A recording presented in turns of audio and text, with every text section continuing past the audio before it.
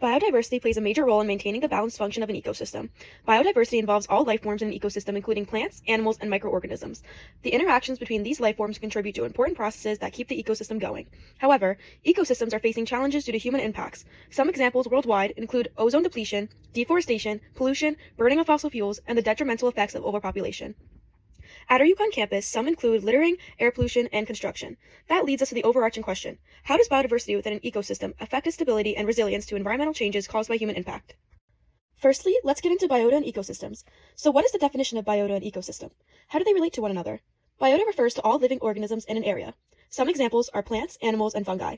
In the diagram, you can see these examples, as the biota includes all living things in an environment. An ecosystem includes living organisms and non-living components of an environment. Some examples are water, air, soil, and sunlight. More specifically, these components are called abiotic factors. An ecosystem is both biotic and abiotic factors working together in the environment. The diagram we drew shows arrows pointing between the biotic and abiotic factors.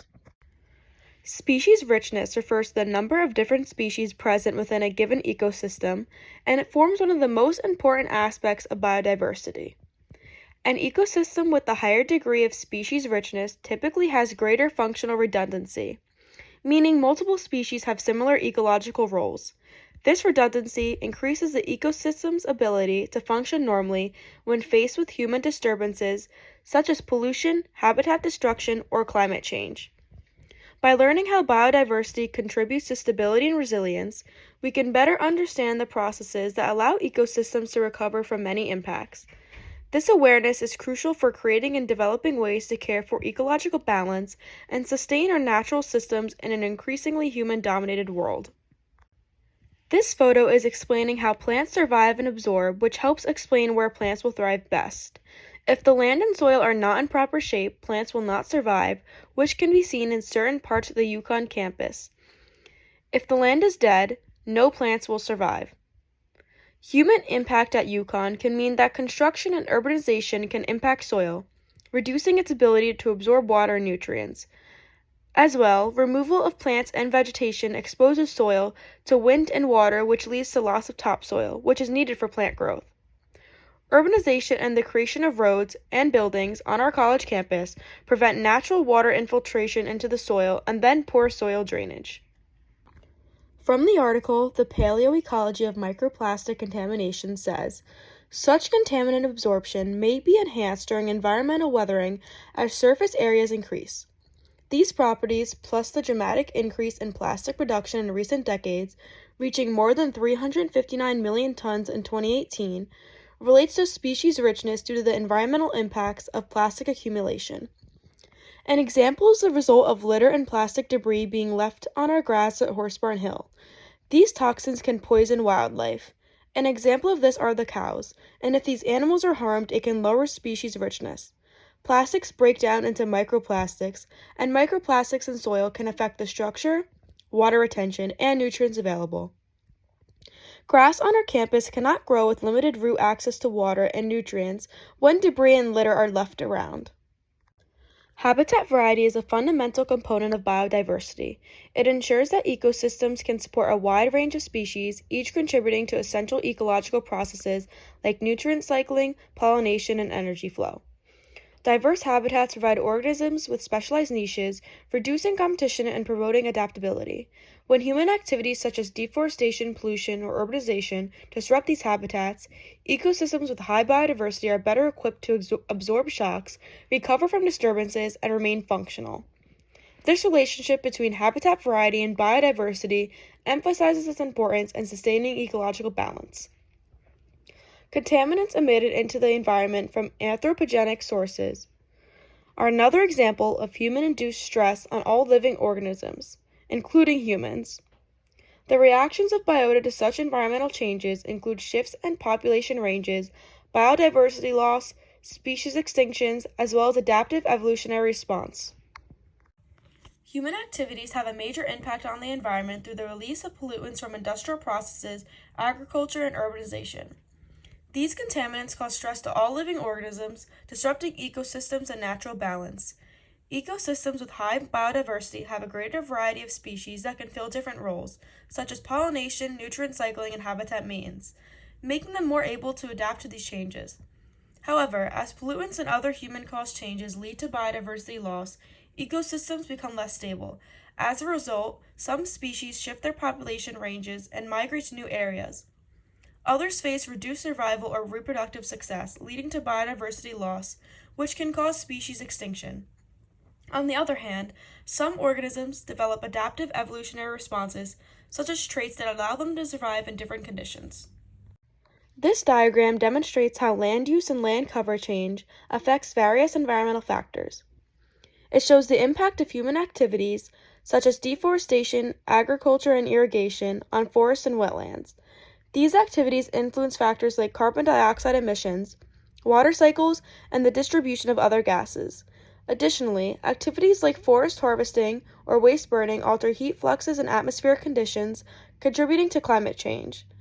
These impacts on ecosystems can also affect the species who live there, causing them to either adapt to these changes or be forced to move somewhere else. The University of Connecticut's Storrs campus is home to a diverse range of habitats that provide a rich environment for studying biodiversity and ecological interactions. Spanning over 4,000 acres, the campus includes a variety of natural landscapes such as forests, wetlands, grasslands, and small aquatic ecosystems like streams and ponds. These habitats support a wide range of plant and animal species. The forested areas, including parts of the nearby Yukon Forest, are dominated by mixed trees, offering habitats for birds, mammals, and insects. Lakes and ponds spread around the campus are important for many of the species on campus. Grasslands also provide open habitats for pollinators like bees and butterflies, as well as small mammals and birds. Additionally, Yukon's agricultural fields and gardens contribute to the ecological diversity of the campus by creating semi-managed habitats that blend natural and sophisticated environments. We believe this makes our campus stand out from others because we have habitats for livestock. Horsebarn Hill is a highlight of our campus and is the home to many horses, cows, and other livestock. These animals are constantly adapting to their environment, especially since their habitat is free to the public. The campus's commitment to sustainability and conservation is evident in its efforts to protect these habitats and promote biodiversity, which supports ecological resilience. The article, Archaeological Assessment, reveals Earth's early transformation through land use states, human societies have transformed and managed landscapes for thousands of years, altering global patterns of biodiversity, ecosystem functioning, and climate. The quote highlights that human activities, such as land transformation and management, have long affected the biodiversity of ecosystems. By recognizing that human societies have ongoingly altered ecosystems with activities such as deforestation, urbanization, and agriculture, we continue to shape ecosystem stability. Ecosystems with high biodiversity can better withstand and recover from human-caused environment stressors. However, ecosystems with lower biodiversity may face irreversible damage when exposed to such stressors. Along with other contributors to ecological balance, keystone species hold an extremely important position. Keystone species are organisms that affect the structure, diversity, and functioning of their ecosystem.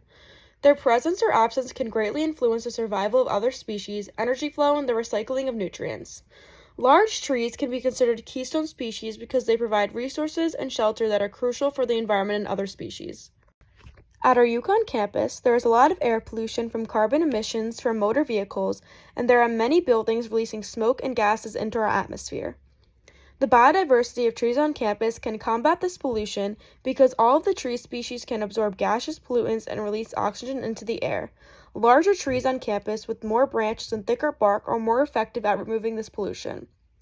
Rapid human population growth limits the availability of areas and resources necessary for the proper functioning of ecosystems, which causes habitat fragmentation, habitat loss, and the overexploitation of populations.